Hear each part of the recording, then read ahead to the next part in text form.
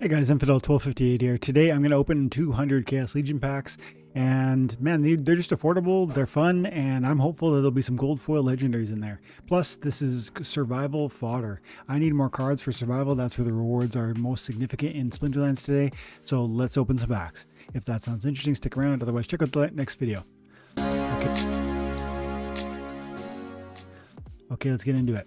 So, I guess I should say first and foremost, shout out to Jeff Opens Cards, who has been making me, let's say, excited about Chaos Legion again. I saw him rip 9,000 packs the other day, and I had the opportunity to interview him recently, and we talked about that. He's sitting on 4,000 or 5,000 more, and he's getting massive rewards from survival. He says he gets like 50 SPS per win.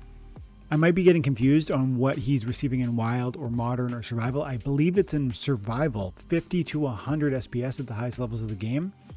And, you know, he's making 10, 12,000 SPS on some days. That is a anomaly based on, like, he didn't activate for the first few days, but then he did in the middle of the season or something like that. But how crazy is that? 12,000 SPS in a single day is awesome and amazing. And it goes to show that there's with great card depth, there's opportunities that are not available elsewise. So, you know, man, like, I believe in Splinterlands. I believe in the Chaos Legion cards. I believe that those cards will carry value across time. I even think that they'll appreciate across time. I'm one of the unique voices in the space that is saying that. A lot of people say Chaos Legion's like a dead, or it's over, it's never going to go up. They're happy that it's leaving Modern because it's been kind of buoying some accounts in Modern, making it easier or cheaper to play and succeed there. All that narrative, in my opinion, is too short-sighted. It's thinking that if we never see player-based growth, yeah, the Chaos Legion won't go up in price. But in my mind, 500, 5,000, 50,000 new players could come to Splinterlands. And if that happened, they're going to need cards. And if we just look at, I don't want to make this a whole market analysis video, but I'll tell you, if you go in and look at summoners and you look at Chaos Legion in particular, you know, General Sloan, everybody sleeps on him. If I was to buy, like, I could probably buy the whole market. I could buy every single card that's on there. There's only 82 General Sloans. And, you know, yes, some of them are max, and those max cards cost $12. Big whoop. They're really inexpensive because they're quote unquote overprinted, and they're overprinted because there's lack of supply, or sort of demand. And my point is that demand can be is a product of player base, and player base can grow. Those are my thoughts on Chaos Legion. And so, yes, let's open some packs because I believe in the assets. I also want to access survival in a bigger way. And so why not? I'm also going hard as I can in Conclave, but, you know, they're just different worlds. Conclave, so much more expensive, especially with the new alchemy and legendary packs. But then we have Chaos, and that is just so affordable at the 45-cent range, which is where they're at in the marketplace today. I have enough potions to make this happen, so let's just rip 200. Won't necessarily be a long video beyond that. I am going to check the valuations after we see. We're certainly not guaranteed a gold foil legendary when we open 200 packs, but, you know, let's see. Love Test the Wide. I'm using Test the Wide all the time these days, especially with a lot of the with the Night Stalker. That inspiration that comes there is so valuable. 9 Kelly Friendless. Here we go, legendary, and not a goldie, but a Quicks the Devious. I'll take it. Some good rips. Oh, another legendary, number 2. Ooh, oh, I thought it was a gold foil. That was a goldie fiend. Another ledge. Come on, let's go, Legionnaire.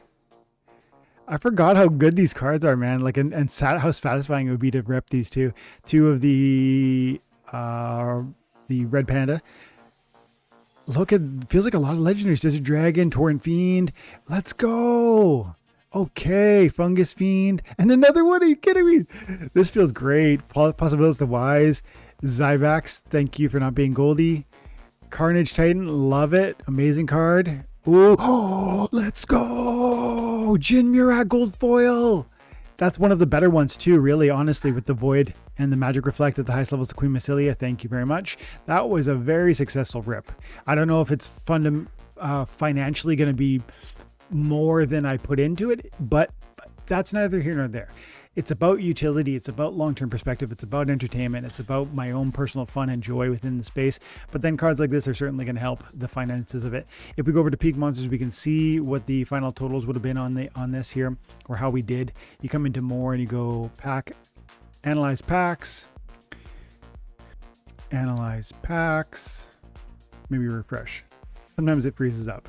I'm going to analyze packs. There it is. And then we're going to go not chaos. We're going to look at, or not Rift or Rebellion. We're going to look at the last 200 that I opened of the Chaos Legion. We go analyze. And there's my gold foil Jin Murat, which is a $39.58 valuation. And then we got that one of the Weirding Warriors at $10 there for a gold foil BCX or CC, which is the new lingo. I also got a $5 Acid Shooter, a $5 Igor Dark Spear, Tusk the Wide's a $10 Tusk the Wide. I didn't know that. Like I said, I love that card. And those are the big performers, it looks like. A couple other $1 or $2 coin cards in there. You know, how'd we do? Probably $100, $80. Let's find out. Total valuation, I know it's behind my picture there. It does say total valuation 154. $61. Here, I'm going to remove my image. So you got 154 in the total valuation, $61 in the legendary, 35 on the epics, 36 on the rares, and 20 on the commons. Not bad. $154 valuation. That's a good rip. $154. Some quality returns there. So we come back over here. We go other in the marketplace. We're going to look at Chaos Legion. 44 cents per roughly. If we were to buy another 200 of those, that would cost $89 US. I probably paid roughly that. If I give it, no, I'd say I paid exactly that. So $90 and $150 worth of valuation. I may sell that gold foil Jin Murat and rinse repeat. We'll see. I want to keep the cards, but you know, the summoners are the most important thing to me, and I would love to see more and more packs rip and just see if I can pull some of those legendary gold foils too. That'd be amazing. Okay, so guys, I'm having fun with Splinterlands. I'm loving the game, and Chaos Legion to me does still feel like the redheaded stepchild that everyone overlooks, everyone craps on. It's got amazing cards, to say nothing about, you know, the future possibility of appreciation, which I think is real, assuming there's a conversation or a possibility of player-based growth. Set that aside, the utility of these cards, survival, wild, the opportunities financially are meaningful, and I think you shouldn't sleep on 44-cent packs. In the middle of Conclave, it's obvious and easy to imagine why people are not chasing chaos, but sometimes when everyone's going one way, you got to go the other way. If everyone's pacing $4 per pack, if everybody's fighting for the leaderboard on Conclave, if they're going after the promos, is there a pathway for you to slice out maybe a meaningful deck of cards that allows you to have some real success and maybe some entertainment in maybe Wild or perhaps Survival or your Guild Brawl battles or tournaments? You know, Chaos has a lot of utility still. So anyways, I'll leave it there, guys. Have an amazing day. God bless.